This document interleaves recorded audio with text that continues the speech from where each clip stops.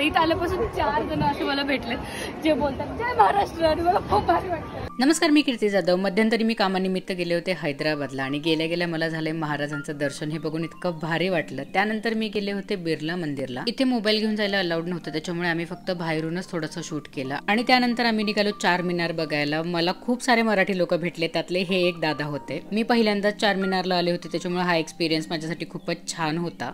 आणि दर्जाची मालकी सगळीकडे दर्जाची टी-शर्ट घालून फिरतीये।